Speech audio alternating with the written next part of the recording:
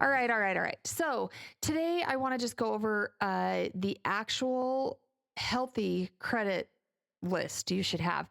I've come in contact with a few people and I just felt strongly that we should talk about, is too much credit too much? Is not enough not enough, and all that. And I just want to spend a little bit of time talking about that. I've got many people that have stumbled into my path about credit questions that are arise. And one of the biggest questions is, how much credit is too much?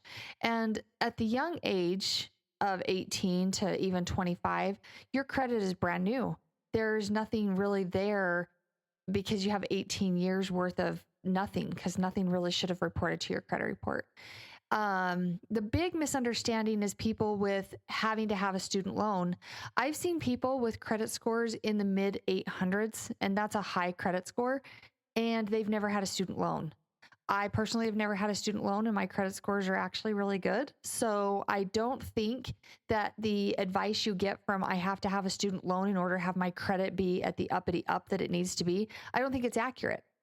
Now, if you have a need for a student loan and you need to do that, by all means, do it. Just make sure you're babysitting that. And we've already talked about student loans and the proper utilization of that, and why we don't just get them to spend money crazily. We actually get the student loan to take care of school. Like, go figure, student loans to pay for being a student. Still, people live off their student loans. Don't get me on that soapbox today. Anyways, so the thought here is, what is a healthy credit line level? And I'm telling you, from my opinion, this is definitely a little bit skewed depending on who you ask, but this is my opinion, and this is what I feel like is going to give you the greatest strength on credit. It is going to be having one revolving line of credit, which we have already learned. I've pounded this into your flipping head. And if you don't have this in your flipping head, go back and listen to 5 podcasts that tell you, listen to this lady when I tell you, do not max out that credit card. So we need a credit card that is known as a revolving line of credit. So we need at least one of those that we are using properly. I cannot stress that enough. Use that properly. And then we also have an installment loan. Now, be smart here. An installment loan is a car, a camp trailer, a boat, a razor, a snow machine. You can get a personal loan that's an installment loan. That's just, I'm going to borrow $5,000 and I'm just going to pay it back on credit. Installment loans are the ones that you borrow a certain amount of money, you pay back that certain amount of money, and the loan just closes. That's the end of it. In the installment loan, you have to line yourself up to have open for at least 12 months. Do not let that thing close faster than 12 months, because that is not helpful to your credit score. So be smart when it comes to choosing your installment loan. If you need a new car, get a new car. Do that. There's nothing wrong with that. If you've got a little bit of money tucked away and you can do a down payment, fantastic, do it. But when it comes down to it, do you need the $60,000 car, or can you accomplish the same thing with a $10,000 car? Absolutely, you can. An installment loan is an installment loan. Making the payments on time is just as good on a $10,000 loan as it is on a $60,000 loan. So don't overextend yourself because I tell you, you need to get an installment loan. Be smart. Look at your budget. Yes, you've also learned about a budget. I've already talked to you about that. So be smart. The next one is going to be kind of tough. To have a really solid line of credit established that gives you kind of the greatest potential, I see mortgages. Mortgages that report to credit are the ones that really beef up that credit score. And I've seen people who have had a huge credit depth. They've been in the credit world for a long time. They've got themselves in a financial position where they don't have to have a mortgage anymore. And I've seen their scores go down. It's tough. It's really, really tough to watch that, because why be in debt on a mortgage if you don't need to? There's different things that we can do in regards to that with having a mortgage report. I'm not going to get into that right now. That's just too advanced for the minute.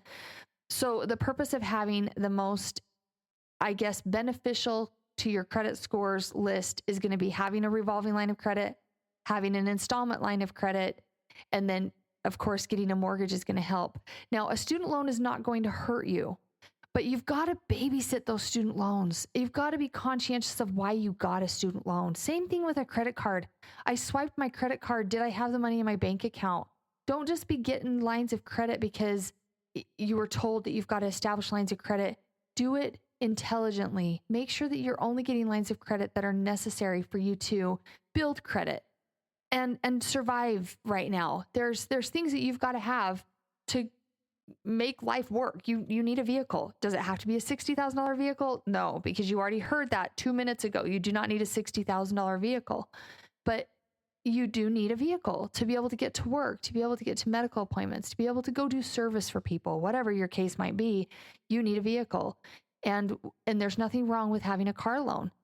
Just make sure that it is within your means financially. Look at your budget. If you can handle a $250 to $400 car payment, go find a car that fits within that. And don't you dare tell your salesman what your monthly payment is. That's another soapbox I don't need to get on. Anyways, so healthy lines of credit, a revolving line, an installment line, ideally a mortgage line, and then a student loan. If you are responsible and you're actually going to school, be smart there. How much is it going to cost me to go to school? Oh, $5,000 this semester. I only take out a $5,000 loan and I get a job to take care of my living expenses. Do not go get a $5,000 student loan and just spend that crazily because why not? There's no interest, or, hey, maybe the president of the United States is going to forgive our student loans. And no. You're not doing that. You're not doing that because you're better than that, because you're listening to this podcast and you're smart and you look at yourself in the mirror and you say, gosh, dang it, I am smart. I'm not going to be an idiot when it comes to credit. Anyways, all right. Well, with that being said, installment loan, revolving line of credit, eventually your mortgage, we're going to get you lined up for that, and a student loan if it's necessary. And having that activity on your credit report is critical to having those scores do what they need to do so that you really can do well out there in the adult life. So with that being said, let's go out, be adults, and not be afraid.